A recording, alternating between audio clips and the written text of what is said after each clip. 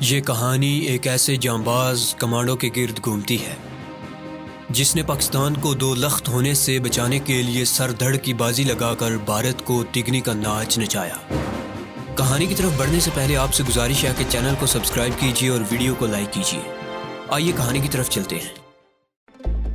یہاں پر صورتحال بہت گمبھیر تھی۔ میجر ایاز نے بتایا کہ مارشل لا انتظامیہ سخت پریشان ہیں۔ شرپسندوں کی بڑھتی ہوئی کارروائیوں کے پیش نظر چند اہم عہدیداروں کا اصرار ہے کہ شہر میں فوج تعینات کی جائے، جبکہ حکام کو خطرہ ہے کہ فوج کو دیکھ کر عوام میں اور زیادہ اشتعال پھیلے گا۔ راولپنڈی میں صدر صاحب سے رابطہ کیا گیا مگر جواب خاموشی کے سوا کچھ نہ آیا۔ اب امید ہے کہ کل سے فوج شہر کا نظم و نسق سنبھال لے گی۔ میجر ایاز کی اطلاع پر میں بہت پریشان ہوا، کیونکہ مجھے معلوم تھا کہ فوج کے سڑکوں پر آتے ہی مشتعل ہجوم سے اس کا تصادم ہوگا، لیکن حکام کی بھی مجبوری تھی۔ شرپسندوں کے سامنے مقامی پولیس بالکل ناکارہ ہو کر رہ گئی تھی۔ ہر روز کہیں نہ کہیں سے قتل و غارت گری یا بم دھماکے کی خبر آ جاتی تھی۔ گلی گلی ہنگامے بڑھتے جا رہے تھے اور ان ہنگاموں پر قابو پانے کی صرف ایک ہی صورت تھی کہ شہر کو فوج کے حوالے کر دیا جائے۔ چنانچہ اگلے دن شہر میں کرفیو نافذ کر دیا گیا، لیکن فوج کو سختی سے ہدایت کر دی گئی کہ وہ گولی نہ چلائے۔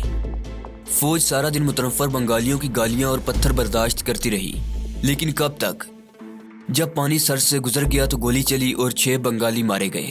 میرے حساب سے مجیب الرحمان اور آندرے پوف کے من کی مراد پوری ہوئی اور انہیں اپنی تحریک کے لیے نیا ناٹک مل گیا۔ اس کے بعد تو ہنگاموں نے طوفانی صورت اختیار کر لی۔ میری نظروں کے سامنے بس بھوکے ننگے بنگالی تھے جن کے سر پر خون سوار تھا۔ وہ ہر غیر بنگالی کو نیست و نابود کر دینا چاہتے تھے۔ ان دنوں تشدد کے جو واقعات میں نے دیکھے شاید دنیا کی تاریخ میں اس کی مثال نہیں ملتی۔ لگتا تھا بے حس درندوں کا ایک غول ہے جسے نہتے اور کمزور انسانوں پر چھوڑ دیا گیا ہے۔ فوج بھی خون کے اس سیلاب کو روکنے میں ناکام رہی۔ چند دن کے بعد فوج کو بیرکوں میں بھیج دیا گیا اور شہر کو مجیب الرحمان کے حوالے کر دیا گیا۔ گویا چیچڑوں کی رکھوالی بلی کے ذمہ ڈال دی گئی اور اس نیک کام کا جو نتیجہ نکلنا تھا وہ نکلا۔ غیر بنگالی عوام اپنی جانوں اور عزتوں کو بچا کر مغربی پاکستان کی طرف کوچ کرنے لگے۔ جو پاکستان جانے کی استطاعت نہیں رکھتے تھے وہ ڈھاکہ چھاونی میں جمع ہونے شروع ہو گئے۔ میرے دشمن بالکل زیر زمین چلے گئے اور 2 ماہ تک کی مسلسل جدوجہد کے باوجود میں ان کا سراغ نہ لگا سکا۔ گیند آندرے پوف کے کوٹ سے نکل کر عوام کے کوٹ میں چلی گئی اور ایک نہ ختم ہونے والی خانہ جنگی کا آغاز ہوا۔ اس کا انجام کیا ہوا یہ میں آپ کو کل سناؤں گا، کیونکہ آج کی رات بھی بس ختم ہونے والی ہے۔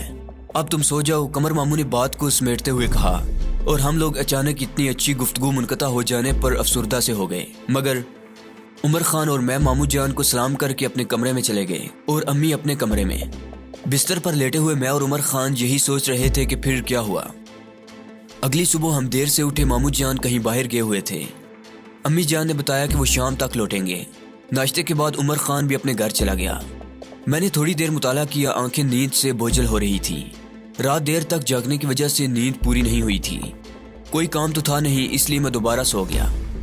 آنکھ کھلی تو شام ہو چکی تھی اور عمر خان گھر میں موجود تھا۔ وہ بالکل تازہ دم نظر آ رہا تھا۔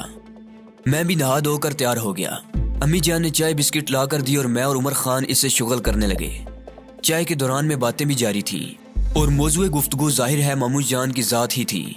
آج ہمارا کراٹے کلب جانے کا موڈ بھی نہیں تھا۔ ہم دیر تک بیٹھے باتیں کرتے رہے۔